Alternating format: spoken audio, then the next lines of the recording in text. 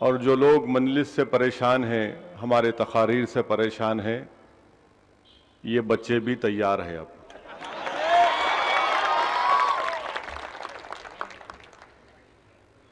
تو ایسا نہیں ہے کہ خالی 1 سٹار بیٹسمین کی ٹیم ہے یہ، یقیناً سٹار تو اکبر ہے۔ اب تھوڑا بہت ہم بھی کھیل لے رہے ادھر آزو بازو۔ پاشا قادری تو ماشاءاللہ آل راؤنڈر ہے۔ امتیاز جلیل صاحب مہاراشٹرا میں بیٹنگ اچھی کر رہے۔ وارث پٹھان آدمی ہے، تو ہم ذرا روک روک کے چھوڑتے ہیں ان کو۔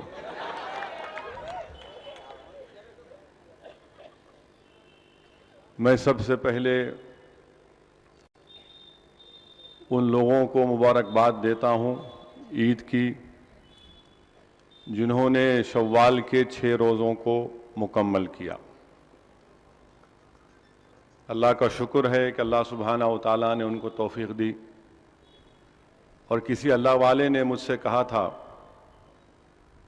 کہ یمن میں جو حضرموت کے حبائب ہیں، وہ عید کے بعد فوراً 6 دن روزہ رہتے، عید الفطر کے بعد، اس کے بعد لوگوں کے گھر کو جا کر عید کی مبارکباد پیش کرتے۔ یہ یمن کے حضرموت کے حبائب کا طریقہ ہے۔ ہمارا طریقہ کیا ہے؟ کوئی مجھے ایک SMS یا کچھ بھیجائے، میرے کو سنائے شاید، اس میں بولنے والا بول رہا ہے کہ آپ تمام کو اطلاع دی جاتی ہے کہ مساجد سے مسلمان لاپتہ ہیں، اور اس میں یہ بھی کہا گیا کہ حرکت الشیطان جو ہے وہ حرکت میں آ گیا ہے، اور اس کے چیف حضرت ابلیس ہیں۔ تو مسلمانوں کو اطلاع دی جاتی ہے کہ حرکت شیطان سے بچیے اور اپنے مسجدوں کو دوبارہ آئیے۔ تو ایسا نہیں ہے کہ رمضان ہو گیا اور آپ خاموش بھول گئے اپنی مسجد کو۔ یاد رکھو، مساجد کو وہی لوگ آباد رکھتے جو اللہ پر اور آخرت پر کامل یقین رکھتے، اور جو اللہ کے سوا کسی سے نہیں ڈرتے۔ تو میرے عزیز دوستو، بزرگوں، مسجدوں کو جاؤ۔ ہم صرف رمضان کی حد تک مسجدوں کو آباد کرنے والے نہیں ہیں، ہم سال کے 12 مہینے اپنے مساجد کو آباد کرنے والے ہیں۔ عزیزان ملت، آپ اور ہم آج یہاں پر اس لیے جمع ہوئے ہیں کہ ایک عظیم قائد کو خراج عقیدت پیش کرنے کے لیے، جس نے اپنی ساری زندگی بے لوث طریقے سے، بے نفس ہو کر، پورے اخلاص کے ساتھ صرف اور صرف اللہ سبحانہ و تعالیٰ کی خوشنودی کے لیے بے زبان عوام کی، مظلوم عوام کی خدمت کی، ان غریب محتاجوں کی آواز بنی، مظلوموں کے ظلم کے خلاف ایوان اسمبلی میں اور ایوان پارلیمنٹ میں ان کی جذبات کی ترجمانی کی۔ اور نہ صرف یہ، بلکہ مرحوم قائد سالار ملت نے غریب مسلمانوں کے لیے تعلیم کے میدان میں جو خدمت انجام دی، وہ ایک عظیم ریکارڈ ہے، اور کوئی ہندوستان کی سیاسی پارٹی اس طرح کا ریکارڈ پیش نہیں کر سکتی تعلیم کے میدان میں۔ سالار ملت نے دارالسلام میں ITI کو قائم کیا۔ اس وقت کے چیف منسٹر جلنگم وینگل راؤ تھے۔ دارالسلام میں ITI بنا۔ ITI کے بعد این ٹی راما راؤ اقتدار پر آئے۔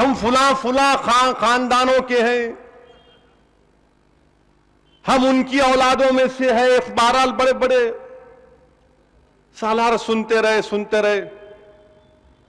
جب پورا بول چکے تو سالار پوچھے آپ بول دیے؟ بولے ہاں ہو گیا بول دیے. بولے السلام علیکم. وہ لوگ بولے آپ کچھ نہیں بولے؟ مرحوم قائد نے کہا میں آپ کا شکریہ ادا کرتا ہوں، آپ نے مجھے گھر پہ بلایا، کھانا کھلایا، آپ میرے سے جواب چاہتے ہیں نا، میں اپنی زندگی میں انشاءاللہ تعالی ان تعلیمی اداروں کو کھڑا کروں گا. یہ تعلیمی ادارے صبح قیامت تک تم لوگوں کو جواب دیتے رہیں گے. مرحوم قائد نے کہا کہ ایک دن یاد رکھنا، آپ لوگوں نے بلا کر میری توہین کی یہاں پر، مگر انشاءاللہ تعالی وہ دن آئے گا جب آپ آئیں گے دارالسلام کو، آ کر اپنے بچوں کے ایڈمیشن کے لیے مجھ سے سفارش کریں گے. دیکھنا ایک دن انشاءاللہ تعالی. میں اور اکبر تعجب سے دیکھ رہے تھے، سالار بولے جا رہے تھے، ایک عجیب کیفیت میں آ گئے تھے سالار. گاڑی میں بیٹھے، وہ سگریٹ پیتے تھے سالار. وہ پرانے زمانے کے پولیٹیشن، چار مینار پینے کا بڑا شوق مرحوم قائد کو. سگریٹ نکال کے سب مارتے تھے یوں یوں یوں یوں. وہ فلٹر نیچے جانے کے بعد سلگا کے بولے سنے میاں، میرے کو بول رہے لوگ، میں نہیں چلا سکتا ہوں، دیکھنا انشاءاللہ تعالی اللہ اس کے رسول کے صدقے میں ان تعلیمی اداروں کو کھڑا کرے گا. اور اللہ سبحانہ و تعالیٰ نے ان کے اخلاص، ان کی نیک نیتی کے اوپر اللہ نے ان کو کامیاب کیا. اور یقیناً وہ دن بھی آیا میرے عزیز دوستوں، میں تکبر اور غرور کی بات نہیں کر رہا ہوں. جو لوگ سوال کر رہے تھے کہ کیسا بنائیں گے، کیسا چلائیں گے، مرحوم قائد کے سامنے دارالسلام میں وہ لوگ بھی آئے تھے.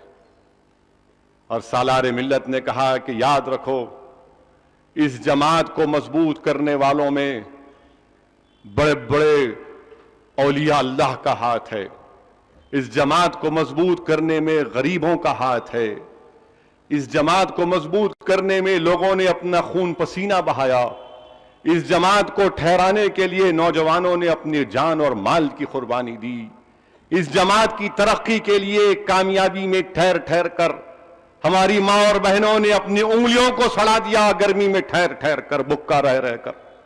اور سالار نے کہا یہ جماعت ضرور کامیاب ہوتی ہے. تو آج کے اس جلسے میں اسد الدین اویسی سالار ملت کو خراج عقیدت پیش کرنے کے لیے صرف نہیں کھڑا ہے. اسد الدین اویسی سلطان صلاح الدین اویسی کو سالار ملت بنانے والوں کو خراج عقیدت پیش کرنے کے لیے بھی کھڑا ہے. میں سلام کرتا ہوں سرزمین دکن کے ان غریب مسلمانوں کو جن کو ہمارے مخالفین کہتے تھے کہ رکشے والوں کی جماعت ہے. میں سلام کرتا ہوں رکشے والوں کو، اور اگر اللہ دکھائے گا حشر کے میدان میں تو یقیناً وہ رکشے والے اللہ ان کو عزت سے نوازے گا حشر کے میدان میں، جنہوں نے نامصائب حالات میں مجلس اتحاد المسلمین کا ساتھ دیا. میں سلام کرتا ہوں ان بزرگوں کو جن کی دعاؤں کی وجہ سے اللہ نے مجلس اتحاد المسلمین کو کامیابی پہ کامیابی دی. میں خراج عقیدت پیش کرتا ہوں ان لوگوں کو جنہوں نے کانگریس حکومت کے ظلم کو بھی سہا مگر الیکشن کے دن نکل کر ووٹ دیا مجلس کو.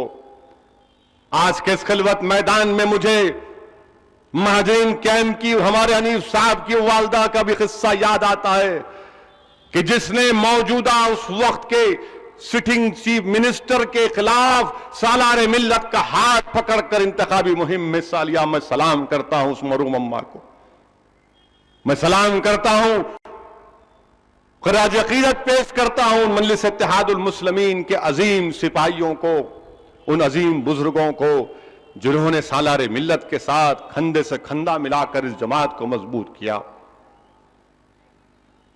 چاہے وہ غلام غوث خاں صاحب مرحوم کیوں نہ ہو، چاہے اسماعیل زبی صاحب کیوں نہ ہو، چاہے خواجہ ابو سعید کیوں نہ ہو، چاہے شیخ محمد اختر کیوں نہ ہو، چاہے رحمت حسین زیدی کیوں نہ ہو. ایسے ہزاروں لاکھوں لوگ ہیں جن کو میں جانتا بھی نہیں ہوں، مگر میری اللہ سے دعا ہے کہ اللہ سبحانہ و تعالیٰ ان تمام کی مغفرت فرمائے اور اللہ سبحانہ و تعالیٰ ان کے مقامات اور درجات میں بلندی عطا فرمائے۔ یہ ایک اجتماعی محنت تھی اور ہم کوشش یہی کر رہے ہیں کہ سب کو ساتھ لے کر اجتماعی طور پر ہم کام کریں۔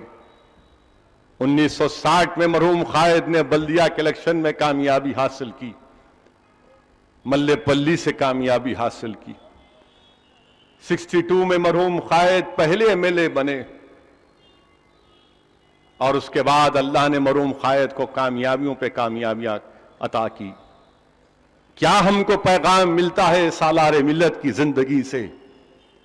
کیا ہم کو میسیج ملتا ہے؟ کیا ہم کو معلوم ہوتا ہے؟ معلوم یہ ہوتا ہے کہ جو لوگ نیک نیتی کے ساتھ، اخلاص کے ساتھ اللہ کی ذات پر اٹوٹ توکل کر کے کام کریں گے تو یقیناً ان کو کامیابی ملے گی۔ میرے عزیز دوستو، یہی پیغام ہے۔ مرحوم قائد کی زندگی ہم تمام کے لیے ایک مشعل راہ ہے، ہم تمام کی زندگی کے لیے مشعل راہ ہے۔ لوگ پوچھتے کہ مجلس کے مقررین یا ایم ایل ایز یا ایم پی جہاں کھڑے ہو جاتے، جو منہ کو آئے بول دیتے، ان کی زبانوں کو لگام نہیں ہے کیا؟ کیا کریں گے؟ ہماری عادت خراب کر کے گئے سالار۔ ان کی صحبت میں بیٹھ کے اٹھے، اب کوئی شرابی کی صحبت میں بیٹھیں گا تو شرابی بنیں گا، کوئی جوا کھیلنے والے کی صحبت میں بیٹھیں گا تو جوا کھیلیں گا، کوئی اولیاء اللہ کی صحبت میں بیٹھیں گا۔ اگر ولی نہیں بنا تو کم سے کم اچھا مسلمان تو بن جاتا۔ اگر کوئی عالم دین کی صحبت میں بیٹھا تو عالم دین نہیں بنا تو کم سے کم سنت اور قرآن اور سنت کے پیغام کو تو سمجھ جاتا۔ ہم تمام نے سیاست سیکھی تو اللہ کے فضل و کرم کے بعد مرحوم قائد کے پیروں کے پاس بیٹھ کر اسد الدین اویسی نے سیاست سیکھی۔ میں نے ایک بہترین ماسٹر کے پاس بیٹھ کر سیاست سیکھی۔ مجھے سیاست کچھ نہیں معلوم تھا۔ بیرسٹری کی ڈگری لے کر آنے کے بعد جب حلقہ اسمبلی چار مینار کے لیے نامینیشن داخل کرنے جا رہا تھا تو مرحوم قائد نے مجھے بلایا، میں ملنے گیا، سالار ملت کے پیر چھوا اور کہا کہ میں جا رہا ہوں اپنا نامینیشن داخل کرنے کے لیے۔ تو سالار نے کہا بیٹھو۔ میں بیٹھ گیا۔ مرحوم قائد نے پوچھا تم کو اندازہ بھی ہے تم کیا کرنے جا رہے؟ میں نے کہا میرے کو نہیں معلوم۔ میں نے کہا مجھے نہیں معلوم، میں نامینیشن داخل کرنے جا رہا ہوں، میرے کو سیاست نہیں معلوم کچھ بھی۔ اور میں اللہ کو جان کے کہتا ہوں کہ مجھے آج بھی سیاست سمجھ میں نہیں آتی، میرے کو آج بھی سیاست سمجھ میں نہیں آتی۔ میں صرف یہ جانتا ہوں کہ کام کرنا ہے، اتار چڑھاؤ یہ داؤ پیچ میرے کو آج بھی سمجھ میں نہیں آتا۔ سالار نے کہا یاد رکھو تم وہ کام کرنے جا رہے ہو جہاں پر آج سے تمہاری نیند، تمہارا چین سکون ختم۔ تم وہ کام کرنے جا رہے ہو کہ یاد رکھو تم پر الزامات لگائے جائیں گے۔ تم وہ کام کرنے جا رہے ہو کہ تم کو بہادری کے مظاہرے کرنا پڑے گا۔ یاد رکھو تم اس راہ پر جا رہے ہو کہ کبھی وقت پڑا تو تم کو اپنی جان بھی دینا پڑے گا، یا دینا پڑے گا یا پھر تمہاری جان بھی جائے گی۔ اور جب میں یہ سن رہا تھا میں سوچ رہا تھا یہ کیا کیا میں اچھا خاصا باہر پڑ رہا تھا، قائد اس طرح کی کامنٹری کر دیے میرے سامنے۔ میں تھوڑی دیر کے لیے سوچ رہا تھا، میں کہا یہ تو بڑا مشکل کام ہے، میں آپ کی طرح نہیں بن سکتا سر۔ تو سالار نے کہا کہ کون کہہ رہا ہے تم کو؟ تم جستجو کرو، محنت کرو، اللہ پر اٹوٹ بھروسہ کرو، اللہ تم کو کامیابی دے گا۔ میں چلا گیا، نامینیشن داخل کیا، اس زمانے کے حالات آپ جانتے، کیا سیاسی حالات تھے، انتشار کی کیفیت تھی۔ بابری مسجد کی شہادت کے بعد پہلا اسمبلی کا الیکشن ہوا،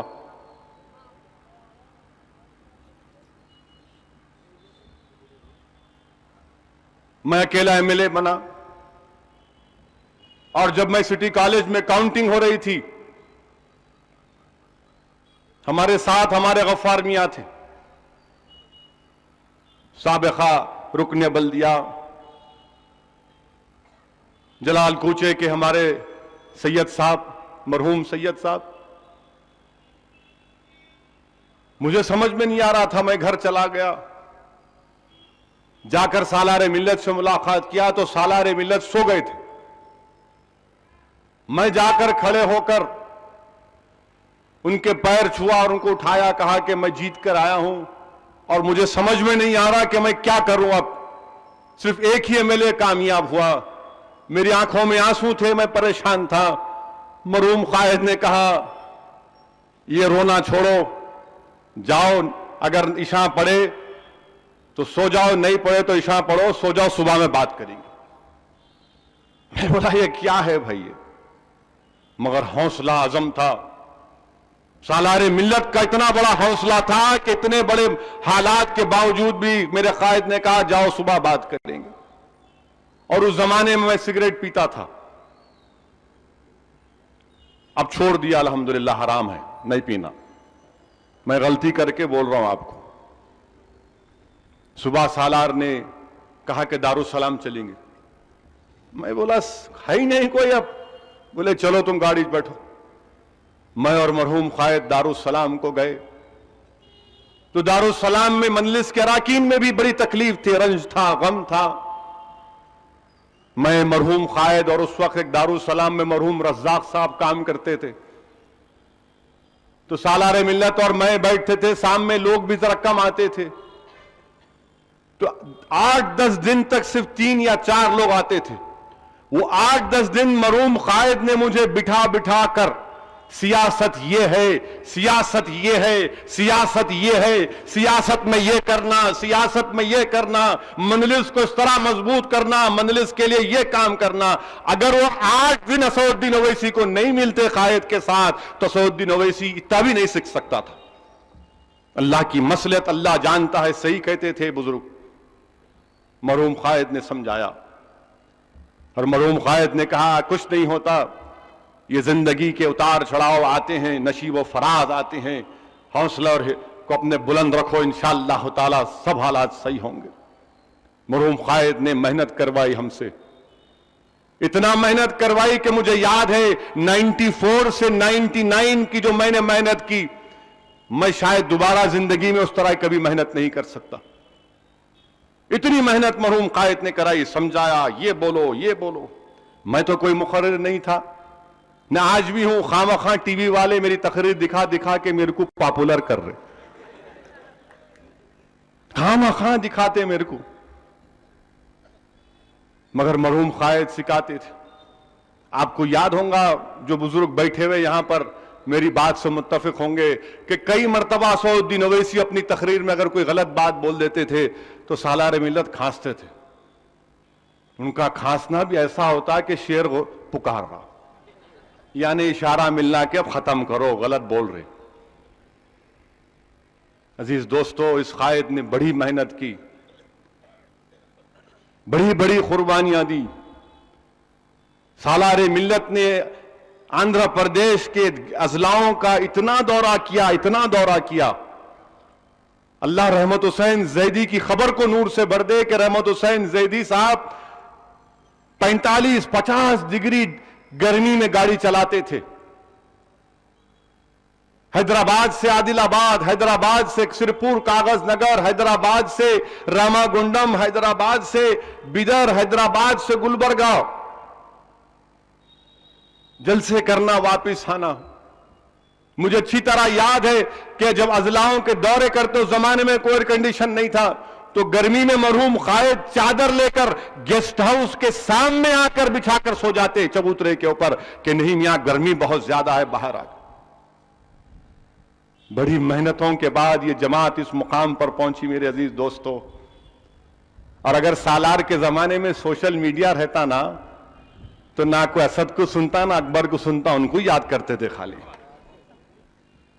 اس زمانے میں سوشل میڈیا نہیں تھا، ٹیپ ریکارڈر تھے، لوگ ریکارڈ کر کے سنتے تھے۔ آج بھی ہے پرانے تقاریر، سنے تو آدمی پہ جذبات اور ایک نئی جان پیدا ہو جاتی اس میں۔ بہرحال مرحوم قائد نے اپنی زندگی کا ہر لمحہ مجلس اتحاد المسلمین کی مضبوطی میں لگایا۔ لوگ قائد کو فرقہ پرست کہتے تھے، تو قائد نے بتایا کہ 1960 میں ہمارے 16 اراکین بلدیہ منتخب ہوئے تھے، جس میں 2 دلت تھے۔ 1960 میں 2 دلت تھے، کہاں کمیونل تھے؟ 1960 میں 2 دلت تھے۔ عالم پلی پوچیا کو مرحوم قائد نے میئر بنایا، 5 سال میں 3 مرتبہ میئر بنایا۔ میرے عزیز دوستو، مجلس اتحاد المسلمین کی جو پالیسی رہی وہ مظلوم عوام کو ساتھ لے کر چلنے کی رہی۔ مجلس اتحاد المسلمین نے کبھی بھی فرقہ پرستی کے مظاہرے نہیں کیے۔ مجلس نے کہا کہ ہاں مسلمان مظلوم ہے، ان سے انصاف ہونا چاہیے۔ کون سی غلط بات ہے؟ آج کانگریس والے ہم کو بہت بولتے، اب سنو جواب۔ دارالسلام میں کون آئے تھے؟ دارالسلام میں شیو شنکر صاحب کے پارلیمانی الیکشن کی تائید کے لیے دارالسلام کی سرزمین پر محترمہ اندرا گاندھی کو آنا پڑا۔ آج ہم کو آپ بول رہے، ٹھیک ہے، یاد رکھو اللہ سبحانہ و تعالیٰ نے چاہا تو تاریخ دہرائے گی انشاءاللہ تعالیٰ، تاریخ دہرائے گی انشاءاللہ تعالیٰ۔ آج ہم پر انگلیاں اٹھانے والوں دیکھو تم، اور مرحوم قائد کو کئی مرتبہ جیل جانا پڑا۔ مجھے مرحوم قائد کی اس تقریر کے الفاظ یاد آ رہے، میرے خیال سے پاشا قادری بھی جیل میں کافی گئے سالار کے ساتھ، اور پاشا کا کام یہ تھا جیل میں کہ سالار کو نعت پڑھ کے سنانا۔ آپ لوگ نہیں جانتے بہترین نعت پڑھتے پاشا، اس لیے بولا آل راؤنڈر ہے انہوں۔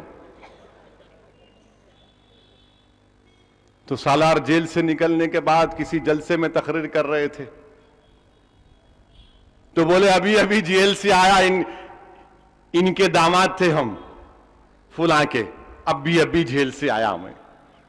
اور مرحوم قائد اپنے ولولہ انگیز بیانات کے ذریعے لوگوں میں امید اور لوگوں میں ایک جذبہ لڑنے کا پیدا کرتے تھے کہ جمہوریت کے دائرے میں رہ کر اپنے حقوق کو حاصل کرو، جمہوریت کے دائرے میں رہ کر اپنے حقوق کو حاصل کرو، اپنے مسائل کو حل کرو۔ میرے عزیز دوستو، اسد الدین اویسی کبھی سالار ملت نہیں بن سکتا، سرزمین دکن کا کوئی بھی آدمی سالار نہیں بن سکتا۔ ایک ہی سالار ہوتا ہے، اس کے بعد کوئی نہیں بن سکتا۔ ہاں، ان کے راستے پر چل کر ان کو بہترین خراج عقیدت پیش کر سکتے ہم، مگر کوئی یہ کہے گا کہ نہیں میں اب ماڈرن ڈے سالار ہوں، تو میرے بھائی آسمان ہے وہ، اور تم کچرے کے ڈھیر پہ کنکر اسد الدین اویسی ہے، جو کچرے کے ڈھیر پر ہے۔ بہت آگے جانا ہے، بہت محنت کرنا ہے، اور اسی لیے اللہ سبحانہ و تعالیٰ نے ان کو رمضان کے مبارک مہینے میں تاخرات میں اپنے پاس بلایا۔ مرحوم قائد رمضان کے مہینے میں اس دنیا کو چھوڑ کر گئے، اور معصوم مراد آبادی نے اپنے مضمون میں سالار ملت کے اوپر لکھتے ہوئے ایک شعر لکھا تھا، تمہیں کہتا ہے مردہ کون، تم زندوں کے زندہ ہو۔ یقیناً سالار ملت زندہ ہیں اپنے ان خدمات کے ذریعے۔ یہ Owaisi hospital, Esra hospital, medical engineering, MBA، MCA، Darussalam bank کے تمام مرحوم قائد کے خدمات ہیں، یہ سالار ملت نے کیا۔ جب مرحوم قائد پر الزامات لگے تو سالار ملت یقیناً تھوڑا غمگین تھے، تکلیف میں تھے، مگر سالار نے کہا کہ انشاءاللہ تعالی تمام یہ بادل چھٹیں گے انشاءاللہ تعالی، اللہ حق کو سامنے رکھے گا. اور دنیا نے دیکھا، بلکہ ان ظالموں نے مجبور بھی کیا مرحوم قائد کو اپنے سر پر قرآن رکھ کر قسم کھانے کے لیے. مگر دنیا نے دیکھ لیا، جنہوں نے جھوٹے الزام لگائے اللہ نے ان کو ذلیل اور رسوا کیا. اب تک ذلیل اور رسوا ہو رہے الحمدللہ. میرے عزیز دوستو، مرحوم قائد کی خدمات کو ہم کبھی نہیں بھول سکتے، اور ان کو بہترین خراج عقیدت پیش کرنے کا طریقہ یہ ہے کہ ہم جدوجہد جاری رکھیں، کسی حکومت کے ظلم سے نہ ڈریں، حق کے راستے کو نہ چھوڑیں، دشمن کی طاقت کو دیکھ کر مروب نہ ہو جائیں، بلکہ مقابلے کے لیے تیار رہیں، کیونکہ کامیابی دینے والا اللہ ہے. ہم وہ آقا کی امت ہیں جو طاقت یا قوت کے بلبوتے پر نہیں بلکہ اللہ کی قدرت پر کامیاب ہوتے ہیں. اللہ کی قدرت کے ذریعے کامیاب ہوتے ہیں، اور اللہ ہم کو کامیاب کرے گا ضرور. آج بھی یقیناً مسلمانوں میں تعلیمی پسماندگی کو دور کرنا ہے. آج بھی یقیناً نوجوانوں کے مسائل کو دور کرنا ہے. آج بھی دلتوں کو ہمارے ساتھ اور لینا ہے، ان کے ساتھ ہم کو آگے بڑھنا ہے. یہ کوشش ہم کو کرنا ہے. ایک عالم پلی پوچھیا پرکاش راؤ ستیہ نارائن نہیں، بلکہ ہزاروں کی تعداد میں عالم پلی پوچھیا، اور دلتوں کو ہم کو ساتھ لینا پڑے گا. یہ مستقبل کا ہمارے سامنے راستہ، اس راستے کو ہم پر چلنا ہے. میرے عزیز دوستو، ڈرنے اور گھبرانے کی ضرورت نہیں ہے. اور اللہ کا اتنا بڑا کرم ہے کہ مجلس کے جلسوں میں کوئی پریس والے نہیں آتے تھے، کوئی پریس والے نہیں آتے تھے. مجلس کے جلسے ہوتے تھے تو لاکھوں سلام وہ پرانے عظیم لوگوں کو کہ ان کی محنت اور قربانیوں کے نتیجے میں اتنے بڑے بڑے جلسے ہو رہے. اتنا بڑا ڈائز بھی نہیں بنتا تھا. ایک تخت پر چاندنی کے 2 پارٹ بچھائے جاتے تھے. اور بیچارے مرحوم اسماعیل ذبیح صاحب اور ماما یاد آ رہے ہیں، ماما غلام غوث خان صاحب. غلام غوث خان صاحب بیٹھتے تھے جلسے میں تو پاشا کو یا پھر ہمارے جتنے پرانے مرحوم غوث صاحب کو بولتے تھے، سالار آنے سے پہلے ذرا ایک چائے منگا، ذرا ملئی ڈال کے لے کے 1-2 سگریٹ منگا لے. میرے عزیز دوستو، سوچو آپ تھوڑی دیر کے لیے کہ ایک چائے پی کر، آدھی پیالی چائے پی کر ان لوگوں نے 1 گھنٹہ 1.5 گھنٹہ تقریر کرتے تھے. اس زمانے میں کوئی ریکارڈنگ نہیں تھی، کوئی یوٹیوب نہیں تھا، کوئی ٹویٹر نہیں تھا، کوئی کیمرہ نہیں تھا. اللہ سلامت رکھے ان لوگوں کے کہ ان لوگوں کی محنت اور جستجو کی وجہ سے مجلس یہاں تک پہنچی ہے. مجلس یہاں تک پہنچی ہے.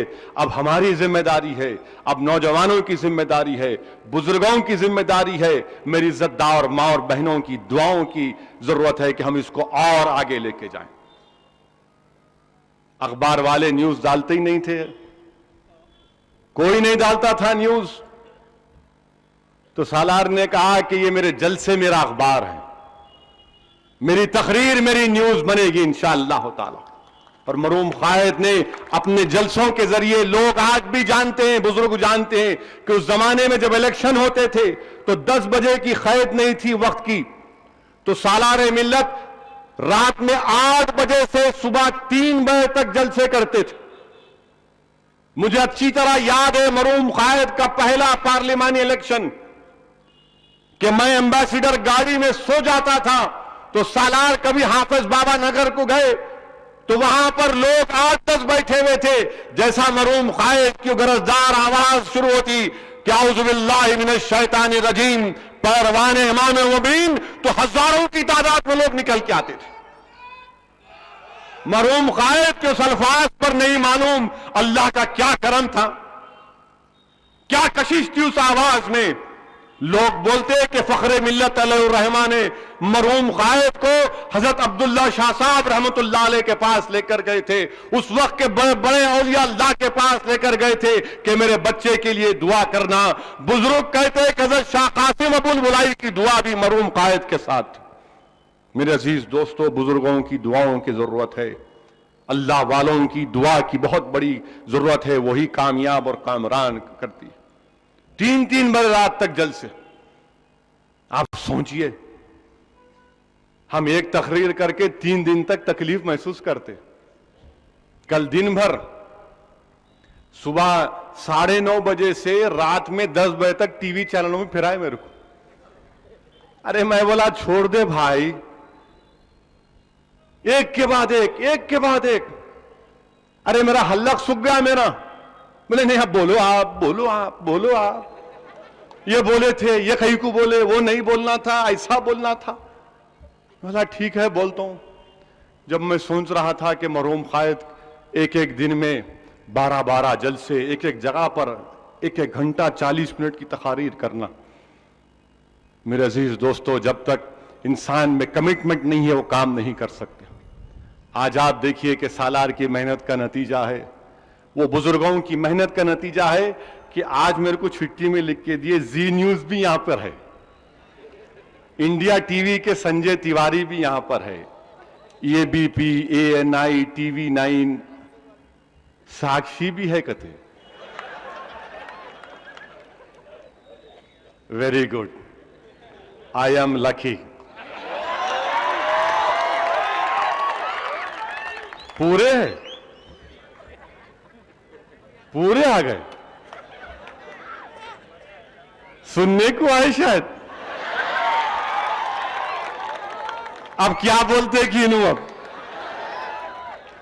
چائے پلائے نہیں پلائے لوگوں کو, نہیں پلائے. ہاں ذرا پلاؤ, ذرا فریش کرنا ہے. پورے آ گئے, ویری گڈ. ہاں ملئی کے ساتھ پلانا بول رہے سنجے تیواری تمہارے کو چاہے. ٹھیک ہے انشاءاللہ تعالی آپ ملئی کی چائے پیجئے, مگر ہمارے بارے میں اتنا ملئی کرواٹ نہ کر دو. ہم جو بولے وہ دکھاؤ, نہیں بولے سو بھی جوڑ دیتے. وہ ایک عجیب پریشان, ان کی غلطی نہیں ہے, وہاں بیٹھنے والے انہوں کر دیتے. یہ بھی سالار کا کارنامہ ہے. 40 سال پہلے, 20 سال پہلے, 10 سال پہلے بھی نہیں آتے تھے, مگر اب آ کے بیٹھے ہوئے. اب کیا بولتے کہ سنیں گے ذرا انہوں. 8 دن کی تقریر کل پرسوں یاد آئی, جمعۃ الوداع میں بولا تو ان کو جمعے کو یاد آیا. ہم سنتے تھے باسی کڑی کو ابال آیا, میری تقریر کو ابال آیا. کیا بات ہے, کیا بات ہے. جمعے کو بولے تو نیکسٹ جمعے کو معلوم ہوا کرتے. کیا بات ہے. اب پارٹ 2 سننا چاہ رہے ہیں. ٹھیک ہے سنیے. ہماری زندگی میں یہ لکھا ہے, مگر یاد رکھیے ہم جب بولتے ہیں مجلس کے ڈائس سے تو ہم حق کو بیان کرتے. لوگ بار بار میرے سے پوچھتے آپ کیسا بولے, وہ کیوں بولے, آپ MP ہیں, وہ کیسا بولے آپ اس کی تائید کر رہے, آپ MP ہیں اویسی صاحب, you are an MP. Why did you say this? What happened to you? آپ بیرسٹر ہیں, you are lawyer from England. How can you say this? آپ کیسا بولتے کیا کرتے.